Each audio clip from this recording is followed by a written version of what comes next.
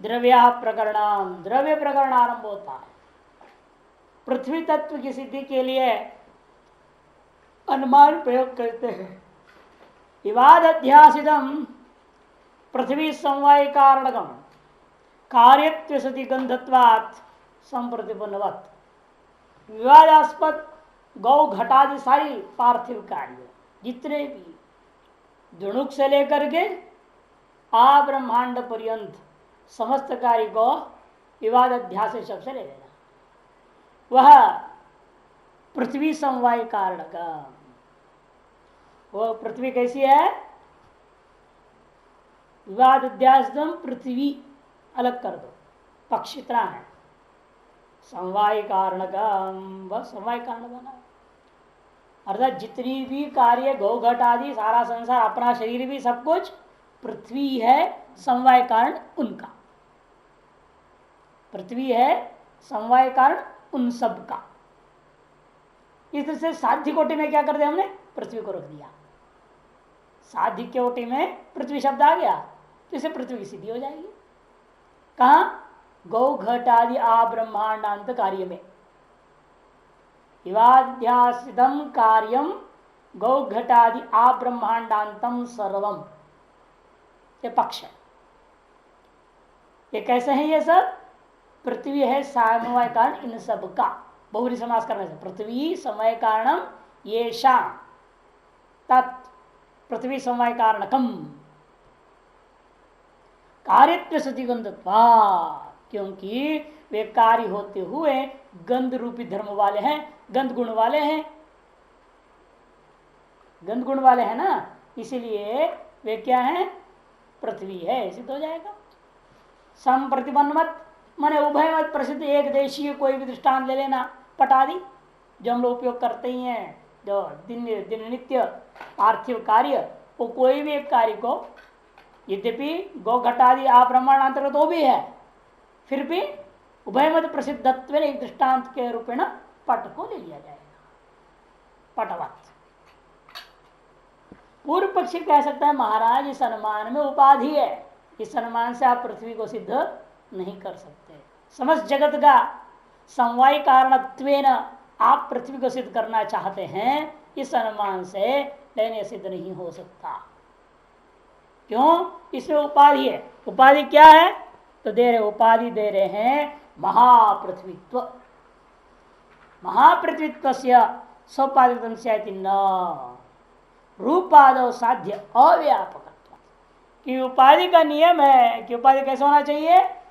साध्य व्यापक होना चाहिए, साध्य समव्याप्त होना चाहिए, ऐसे भी कहते हैं। तो अब साध्य जहां जहां है वहां वहां पर उपाधि होना चाहिए, तभी उसको उपाधि को साध्य का व्यापक कहा जाएगा। अब देखिए साध्य जहां नहीं है वहां रह रहा है, इसका मतलब जहां जहां साध्य होना चाहिए वहां वहां उपाधि रहना चाहिए, और जहां साध्य नहीं है वह उपाधि नहीं होना चाहिए। इसको साध्य समव्याप्ति कहते हैं। लेकिन ऐसा जगह है, रूप है, रूपादो, रूपादो साध्य अव्यापकत्वात्। रूप में क्या है? पृथ्वी समवाय कारणता है, क्योंकि पृथ्वी में रहने वाले रूप के प्रति पृथ्वी क्या है? समय कारण है।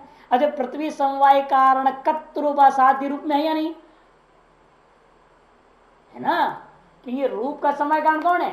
पृथ्वी। इसे पृथ्वी है समवाय कारण जिसका, ऐसे कौन हो गया? रूप हो गया। अतः रूप में पृथ्वी समवाय कारणकत्व आ गया रूप में। लेकिन वहां महत्व सती पृथ्वीत्व है क्या? कि रूप में कोई परिमाण होता है? रूप जो है भारी होता है क्या? वजन होता है उसका? नहीं। तो रूप में इसमें महत्व परिमाण तो है नहीं, या रूप लंबा चौड़ा भी नहीं होता। लंबाई चौड़ाई रूप नाप भी नहीं है, वजनात्मक नाप भी रूप में नहीं है। वैसे भी महत्व परिमाण गुण है, और गुणे गुण अंगीकार नियम के आधार पर भी रूप में कोई परिमाण नहीं हो सकता। अतः महत्व परिमाण न होने से महत्व विशेष पृथ्वीत्व भी रूप में नहीं है। साध्य है रूप में और उपाधि नहीं है, तो साध्य व्यापक उपाधि नहीं रहा, अतः उपाधि नहीं हो सकता। तब वो कहते एक और उपाधि देता हूं। फिर चलो ये नहीं हुआ, महत पृथ्वीत्व मैंने महत्व परिमाण विशिष्ट पृथ्वीत्व यह उपाधि नहीं हो सकता है, तो कोई बात नहीं, हम आपको दूसरी उपाधि देंगे। क्या उपाधि दे रहे हो? नित्य मूर्त आरभ्य अतिरिक्त सती कार्यत्व उपाधि उदकादिशपि संभव, वो भी उपाधि नहीं हो सकता कि जल में गड़बड़ी हो रहा है। नित्य मूर्त आरभ्य अतिरिक्त, नित्य मूर्त आरभ्य कौन है? नित्य मूर्त कौन है? नित्य मूर्त कौन? परमाणु। कल ही तो लक्षण हुआ है, नित्य मूर्त परमाणु का लक्षण है। नित्य मूर्त हो गया परमाणु, उससे आरभ्य नहीं है ना घटादि, उससे आरभ्य कौन है? गुणुक। घटादि आरभ्य नहीं है, से नित्य मूर्त आरभ्य अतिरिक्त सती, आरभ्य अतिरिक्त आ गया किसमें? घटादियों में। कार्यत्व ही है, साध्य भी है, उपाधि भी रह गया, इसलिए उपाधि बनेगा। ये तो घटादि कैसे हैं?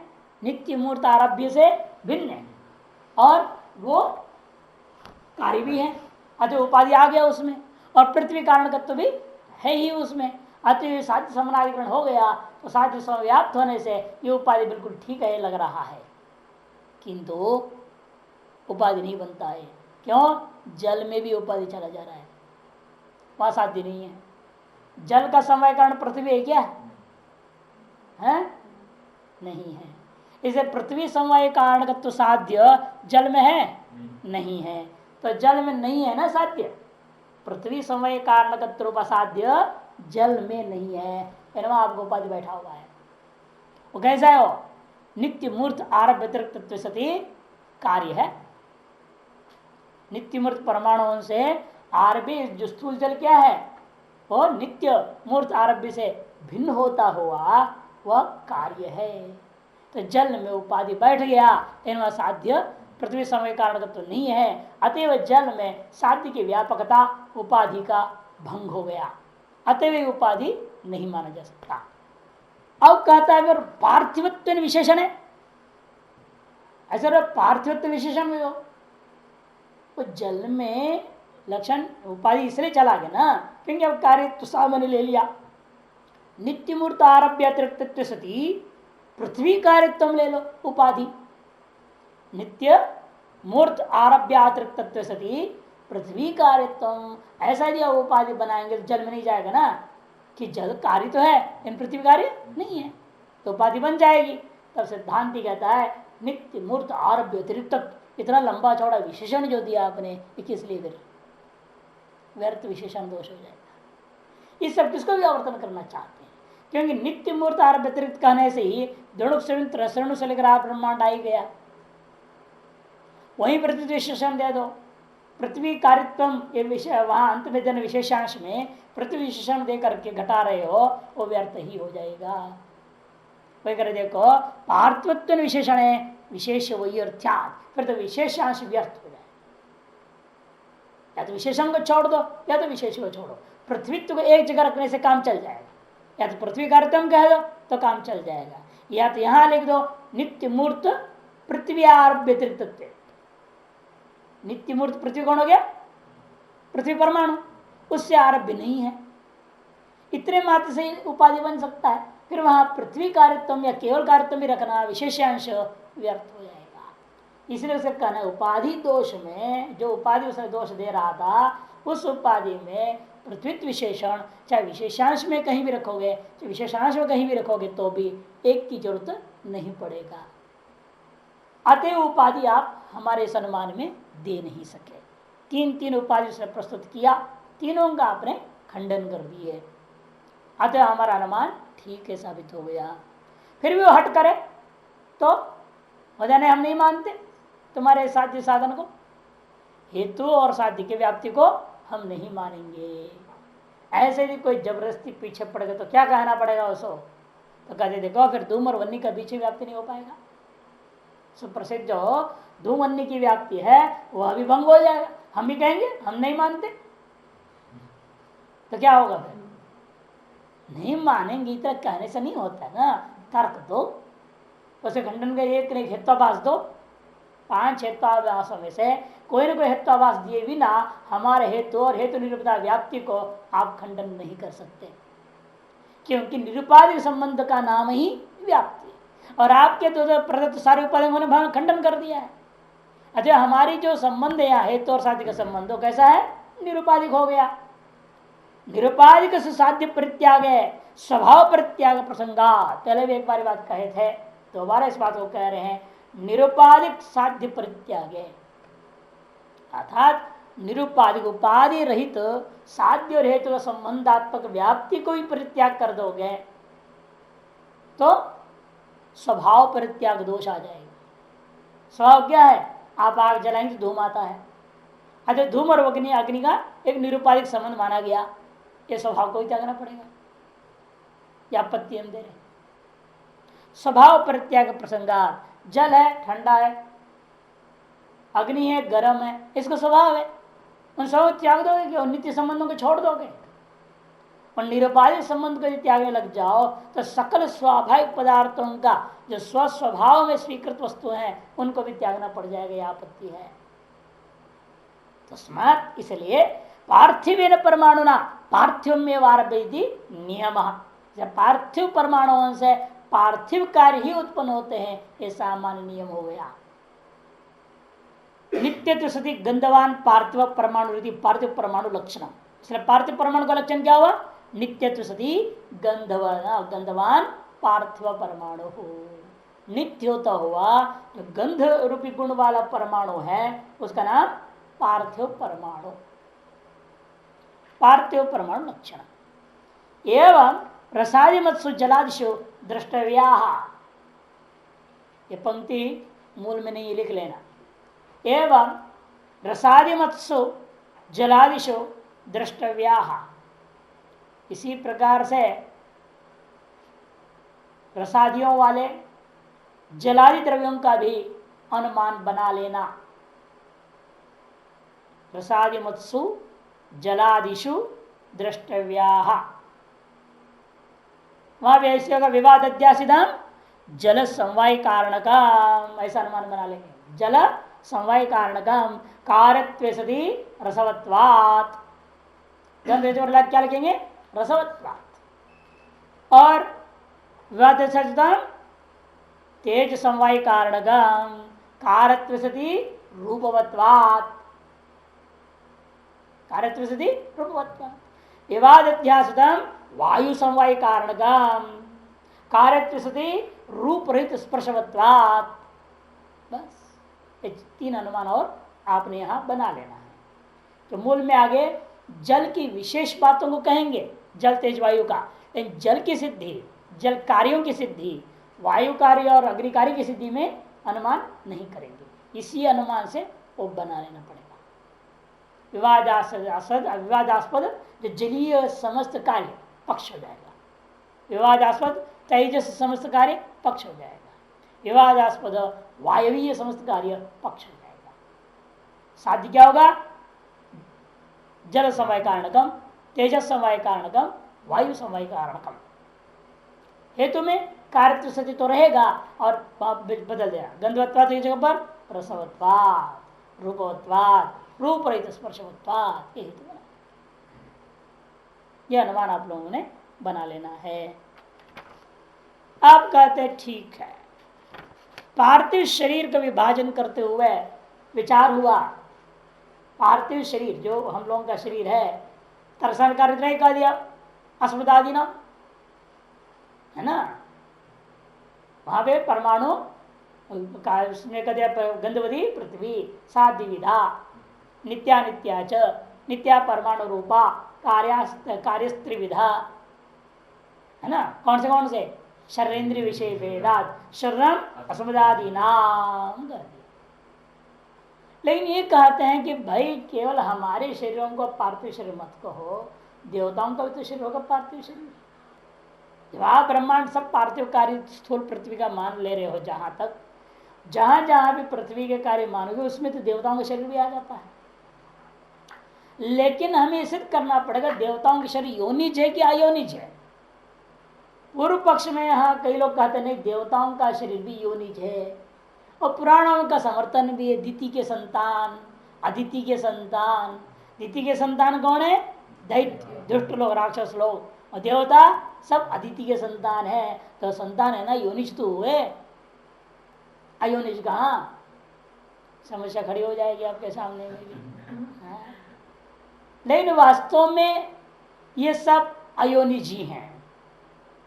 अब पुराण की कथा फिर किस तरह से लिया जाता है एक अलग बात, कि कथा देवताओं के वास्तविक उत्पत्ति का द्योतक नहीं है।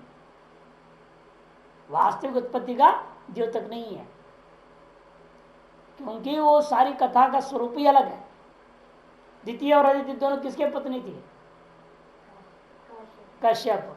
कश्यप किसको कहते हैं? कश्यप, है ना? कश्यप, पश्य क, पश्य क, यह कम पश्यति स कश्यप। नाम में रहस्य है। उसका नाम वास्तव में क्या है? जिसने देखा है। किसको? क को जिसने देखा उसका नाम कश्यप। पश्यति कहा, यह स कश्यप। क पश्य होना चाहिए था, कपश्य। पश्य को उल्टा कर दिया, शप कर दिया, कश्यप हो गया। इसे जिसने ब्रह्म को देखा, जिसने ब्रह्म को अनुभव किया, वो कश्यप है। पूर्ण ब्रह्म ज्ञानी ये कश्यप है। उसके दो पत्नी हैं, एक दिति, दूसरी अदिति। अर्थात जिसने ब्रह्म को अनुभव किया वो क्या हो गया? वो स्वयं ब्रह्म हो गया, माने ओम हो गया। और ओम दो स्वरूप वाला है, एक परा और अपरा, जिसका नाम पराविद्या और अपराविद्या। अर्थ उस कश्यप के दो पत्नी, दिति मने पराविद्या, अदिति मने अपराविद्या। पराविद्या के संतान सारे देवता मंत्रमयी देवता है। इसे पराविद्या के अंतर्गत तो सारे मंत्र प्रमुख आ जाते हैं। और अपराविद्या लोक संबंधी होता है, लौकिक विद्याएं हैं। अब मैं लोक में निष्ठा रखने वाले उनको असुर इसलिए कह दिया गया। लोक में निष्ठा कौन रखता है? असुसु एवं रमन्ति थी असुराहा, वही अदिति के संतान है, दैत्य। क्या दो अवखंडने धातु से बनता है दिति, दो अवखंडने धातु से बना दिति। जो खंडन करे, अवखंडन मैंने टुकड़ा कर दे, भेद पैदा कर दे, उसी का नाम दिति है। वह द्वैत रूपा है। न अदिति अदिति यत्र न अवखंडनम अस्ति, जहां अवखंडन नहीं है, जहां भेद नहीं है, अभेद है, वह अद्वितीय है, तत्व है, उसी का नाम अदिति हो गया। द्वितीय हो गया भेद, अदिति हो गया अभेद। भेद कहाँ है? संसार में। अभेद कहाँ है? स्वरूप में। वहां अर्थ अलग है। आध्यात्मिक अर्थ लेंगे तो पूरा पुराण वेदांत हो जाएगा। वेदांत के अलावा कुछ है नहीं पुराण में। वह सारे उपनिषदों की व्याख्या है, कथा के रूप में है।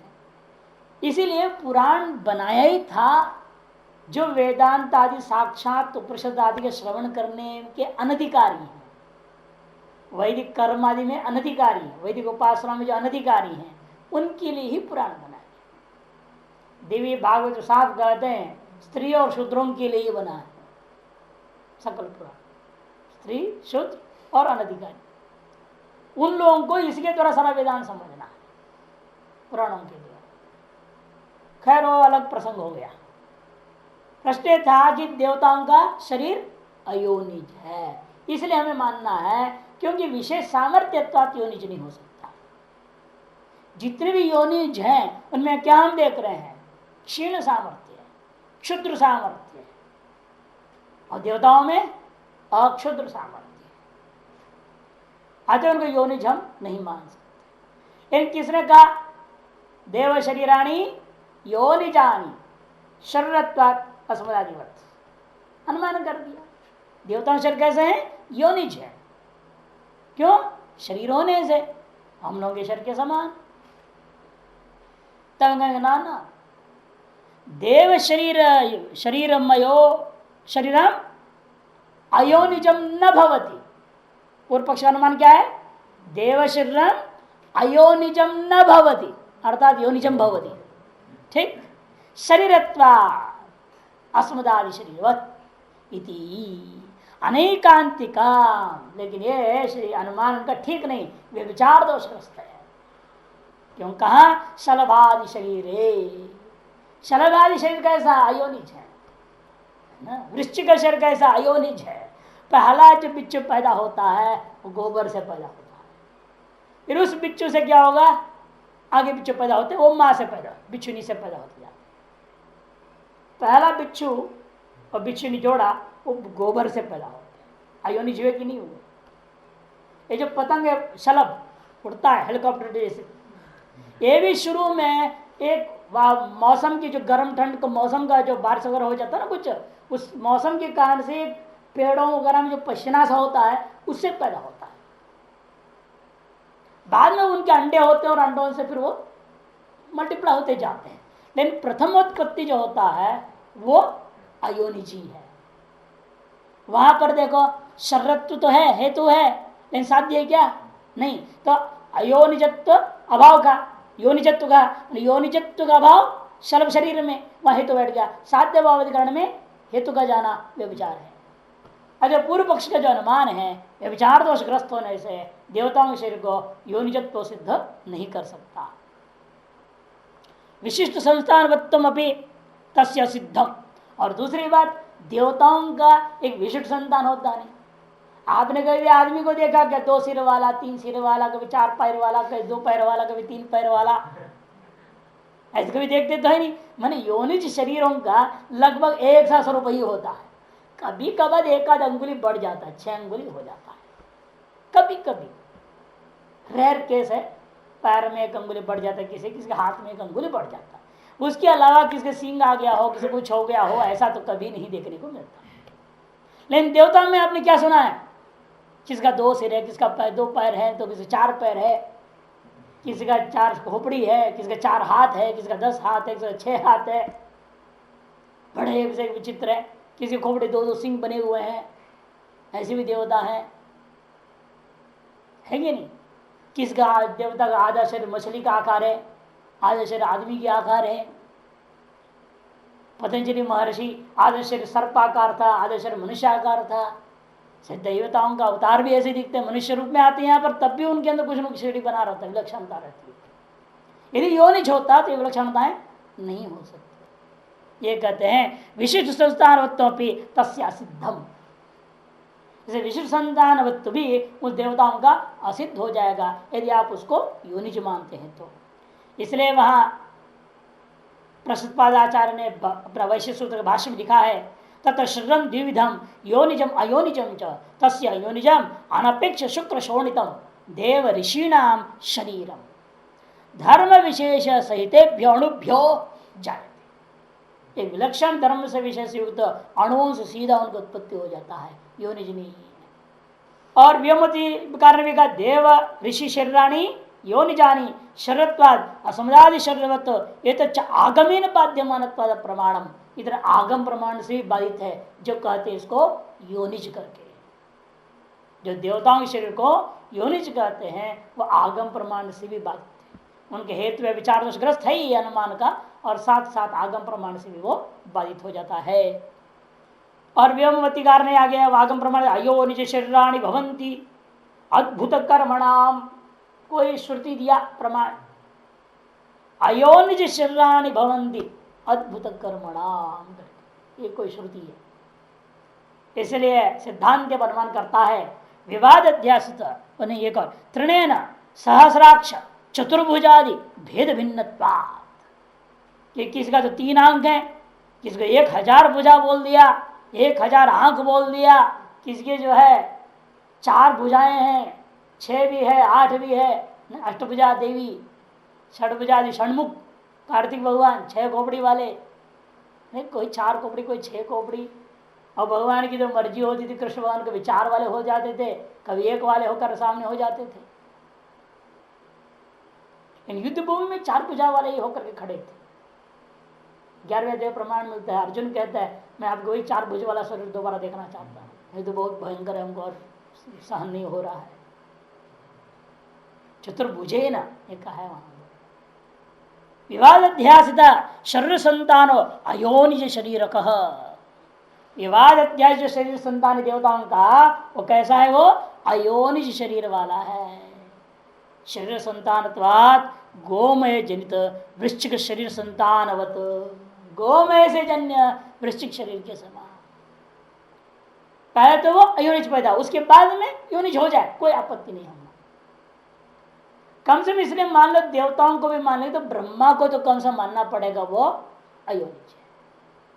पहला जो देवता पैदा हुआ वो कैसा पैदा हुआ, वो अयोनिज ही पैदा हुआ। बाद में उसने भी मन से पैदा किया, मानस, लड़का लड़की, अब दाहिना और बायां भाग से। उनके बाद उनका संबंध होकर के योनिज पैदा हुए। वो भाई बहन ने उनको भुलावे में डाल दिया माया से, गाय और सांड हो गए।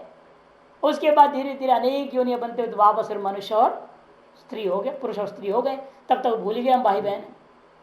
शुरू तो ऐसे हुआ, एक ही पिता से दोनों पैदा हुए थे ना, भाई बहन तो हुए वो।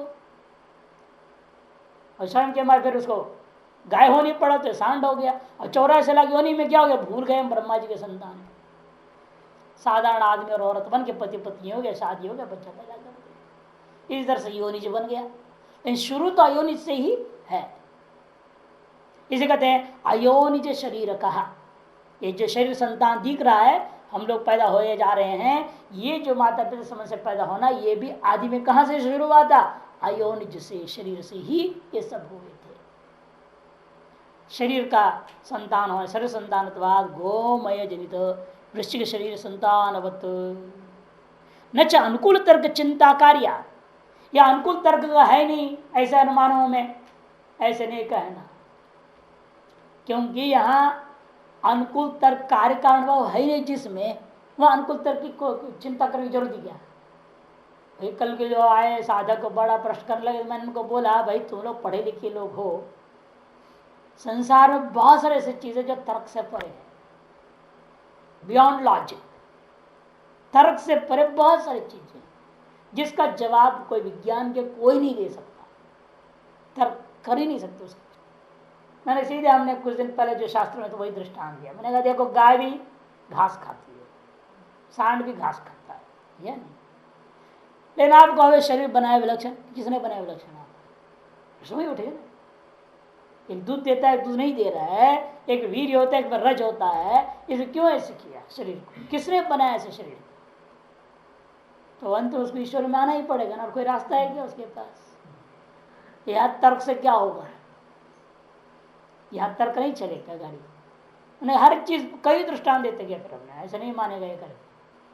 उनका जल है, पृथ्वी के अंदर है ना, बह रहा कि नहीं बह रहा, कैसे बह रहा है, मिट्टी में, मिट्टी में आप पानी डालो बहेगा क्या, सूख जाता है।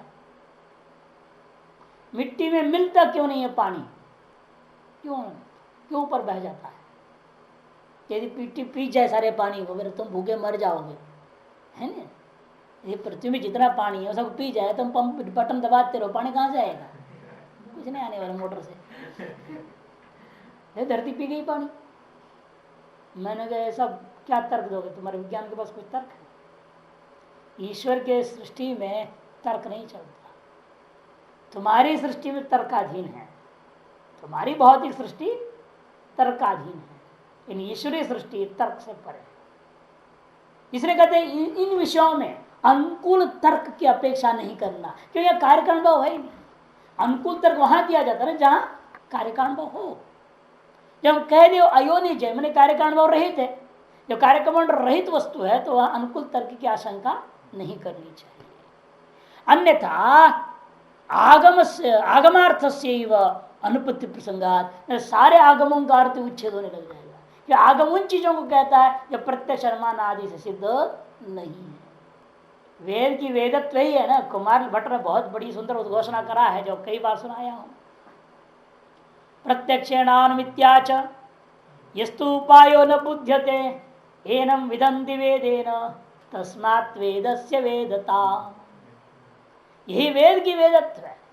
जो प्रत्यक्ष अनुमान आदि किसी प्रमाण से आप नहीं जान पाते हैं, उन उपायों को, उन साधनों को, उन तत्वों को हमें बोध कराता है। से वेद ही हमें ऐसा चीज मिला है जो सर्व तरफ से परे चीजों को ही बताता है। इसे कहते हैं ऐसे आगम भी फिर क्या होगा, बाधित हो जाएगा। उनकी भी अनुकूल ढूंढते फिरो, वहां भी हर बात के अनुकूल ढूंढते फिरेंगे, कार्यक्रम वो ढूंढते फिरोगे तो काम वहां चलेगा नहीं। हिरण्य गर्भ संवर्तताग्रे भूतस्य जात पतिरेक आसीत। ऋग्वेद संहिता का 10वें मंडल 12:1-1 का है ये। यदि श्रुते है, ये श्रुति प्रमाण है। हिरण्य गर्भ संवर्तताग्रे भूतस्य जात, जातः पति ही एक, समस्त भूत जो पैदा हुए हैं इन सब का एक में अद्वितीय पति वही पैदा हुआ था। वो कैसे पैदा हुआ, उसकी माँ कौन थी, उसके पिताजी कौन है, कोई नहीं। अयोनिज सिद्ध हो गया ना, प्रथम शरीर कम से कम। फिर उसके बाद कैसे हुआ क्या हुआ तो पुराणों में सब जगह अनेक प्रकार है। अतः सिद्ध हुआ गंधवत शरीर पार्थिवा। जैसे गंधवत शरीर जो समुदाय शरीर है ये पार्थिव शरीर है, और दो प्रकार का है, योनिज भी है और अयोनिज भी है। अब शरीर सिद्ध हो गया, पृथ्वी के परमाणु सिद्ध हुआ, पृथ्वी के कार्य सिद्ध हो गए, कार्यों में एक भेद भूता शरीर सिद्ध कर दिया गया। अब कार्यों में एक दूसरा भेद कौन है, इंद्रिय, उसे सिद्ध करना बाकी है। गंधोपलब्धि कर्णजन्य कार्यत्वात् घटवत। गंध ज्ञान जो होता है वह कोई न कोई कर्ण से जन्य है। क्यों, कार्य होने से, कार्यत्वात्, घट के समान, कार्यत्वात् घटवत, यह अनुमान देते। गंध का उपलब्धि माने ज्ञान, कोई न कोई कर्ण से जन्य है, कार्य होने से घट के समान। वह कर्ण कौन है, उसी का नाम घ्राण इंद्रिय है, उसी का नाम घ्राण इंद्रिय। और वह इंद्रिय पार्थिव है, ये भी सिद्ध करना है। जैसे विवाद अध्यासितम पार्थिव, विवादास्पद घ्राणेन्द्रिय पक्ष क्या होगा, घ्राणेन्द्रिय पक्ष है, वो कैसा है, वो पार्थिव है। क्योंकि वह इंद्रिय गंध रसादियों के बीच में से गंध मात्र का विव्यंजक है, अन्य का विव्यंजक नहीं होता है ना। गंध रसयोर मध्य गंधस्यैव प्रकाशकत्वात् अभिव्यंजकत्वात्। गंध रसादियों में से गंध मात्र को बोध कराता ना घ्राणेन्द्रिय, रसादि का बोध नहीं कराता। इसलिए गंध का ग्राहक होने से पृथ्वी का मानना ही पड़ेगा, क्योंकि पृथ्वी का गंध के साथ नित्य संबंध है। गंधवती पृथ्वी, तारस गंध को प्रकाशन करने वाला भी पार्थिव होगा, तभी तो गंध को ग्रहण कर पा रहा है, नहीं तो गंध को ग्रहण नहीं कर पाएगा वो। इस सिद्ध हो गया गंध का प्रकाशक होने के नाते वह घ्राण इंद्रिय पार्थिव होगा। विवादाध्यासितम घ्राणेन्द्रियम पार्थिवम। क्यों, गंध रसयोर मध्य गंधस्यैव प्रकाशकत्वात्, गंध रसादियों के बीच में से गंध का ही वो प्रकाशक होने के कारण से। दृष्टांत क्या है, कुंकुम गंधाभिव्यंजक घृतवत। कुंकुम के गंध का अभिव्यक्ति कौन करेगा, आप उसे घी डाल दो तो सुगंध आने लगेगा। अब देखो गर्मी आएगी तब जाता है पूरी पृथ्वी। पहली बार बारिश होगी तो क्या होता है, पृथ्वी का गंध सुनाई देता है। बूंद पानी के पड़े तो पृथ्वी के गंध मालूम होगा, या नहीं। उसी प्रकार से कुमकुम में, केसर में आप घी डालिए, उस केसर वैसे देखने सूखा पत्ता फूल है वो केसर, सुगंध मालूम ही नहीं होता। लेकिन आप उसको घी डालो, घोटो उसको, सुगंधी सुगंध सुगंधी सुगंध हो जाता है। इसलिए लोग क्या करते, दूध वगैरह में डालते केसर, सुगंधित हो जाता है। और तब सुगंध अभिव्यक्त हो रहा है, घी के कारण से उस केसर का, कुमकुम का सुगंध अभिव्यक्त होता है। उसी प्रकार से गंध रसादियों के बीच में से गंध अभिव्यक्त कब होता है, जब घ्राणेन्द्रिय उसको ग्रहण करता है। घृत संबंधात यथा कुमकुमस्थ गंध अभिव्यक्त हो जाता है, घ्राण संबंधात वस्तु में विद्यमान गंध अभिव्यक्त हो जाता है। अतः घ्राण को पार्थिव मानना पड़ेगा। गंधवद इंद्रियम घ्राणम, इसलिए कहते देखो गंधवद इंद्रियम घ्राणम। और पृथ्वी का लक्षण गंधवती पृथ्वी। पृथ्वी में कितने गुण होते हैं, केवल गंध है क्या, अरे नहीं नहीं, 14 गुण है। कौन से कौन से, रूप रस गंध स्पर्श संख्या परिमाण पृथक संयोग विभाग परत्व अपरत्व गुरुत्व द्रवत्व संस्कारवती पृथ्वी, ये 14 गुण है। रूप रस गंध स्पर्श संख्या परिमाण पृथक्त्व संयोग विभाग परत्व अपरत्व गुरुत्व द्रवत्व संस्कार, इतने सारे गुण पृथ्वी में। अब उदक से निरूपण, उदक का लक्षण कर दिया। उदक में भी उदक के कार्यों की उदकता तो पहले सिद्ध कर दिया। विवाद इत्यासम जलीयम कार्यम जल समवाय कारणकम रसवत्वात् कार्यत्व सदी रसवत्वात् संप्रतिपन्नवत्, यह अनुमान आपको जलीय कार्यों में जलीयत्व की सिद्धि के लिए है। कर्कादियों ओले गिरते हैं, बर्फ होता है ना, बर्फ का सिल्ले होते हैं, इन सभी में जलीयत्व सिद्ध हो जाएगा। अब उदकत्व सामान्य शरीर संवेतम, अब जलीय शरीर को सिद्ध हमें करना। उदकत्व जो जाति शरीर में भी होता है, जैसे पृथ्वीत्व पृथ्वी शरीर में था, पार्थिव शरीर हमने सिद्ध किया, उसी प्रकार से उदकत्व सामान्य शरीर समवेता परमाणु जातित्वात् सत्तावत। उदकत्व सामान्य, सामान्य माने जाति, उदकत्व जाति, सामान्य कहते हैं यहाँ जाति को। उदकत्व सामान्य माने उदकत्व जाति शरीर संवेदा, जलीय शरीर में समवाय संबंध से रहता है, क्योंकि वह परमाणुओं में रहने वाला जाति। कि जलीय परमाणुओं में जलत्व रहेगा, उदकत्व रहेगा, उदकीय परमाणु में उदकत्व रहेगा। जो कारण में रहने वाला जाति है वही कार्य में आएगा। इसीलिए कारणभूता परमाणुओं में उदकत्व होने से कार्यभूता जलीय शरीरादियों में भी उदकत्व आ गया। सत्तावत, जिस सत्ता रूपी जाति सामान्य व्यापक जाति है वह परमाणु में सत्ता थी, अतः कार्यों में भी वह सत्ता आ गई। अच्छा, विप्रतिपन्ना परमाणव परंपराया शरीरारंभका, लेकिन प्रश्न आपने जो हेतु दिया परमाणु जातित्वात्, ये सिद्ध भी करना पड़ेगा शरीरों का मूल कारण कौन है, परमाणु है, ये भी साबित करना पड़ेगा। उसके बिना ये हेतु टिकेगा नहीं परमाणु जातित्व। आप बोल सकते भले परमाणुओं में उदकत्व जाति रहे, लेकिन शरीर परमाणु का कार्य है ही नहीं, इसलिए परमाणुगत उदकत्व जाति शरीर में नहीं आ सकता, ऐसी आशंका हो सकती थी। इसलिए सिद्ध करना है नहीं, परमाणुओं में परमाणु ही वास्तव में शरीर के आरंभ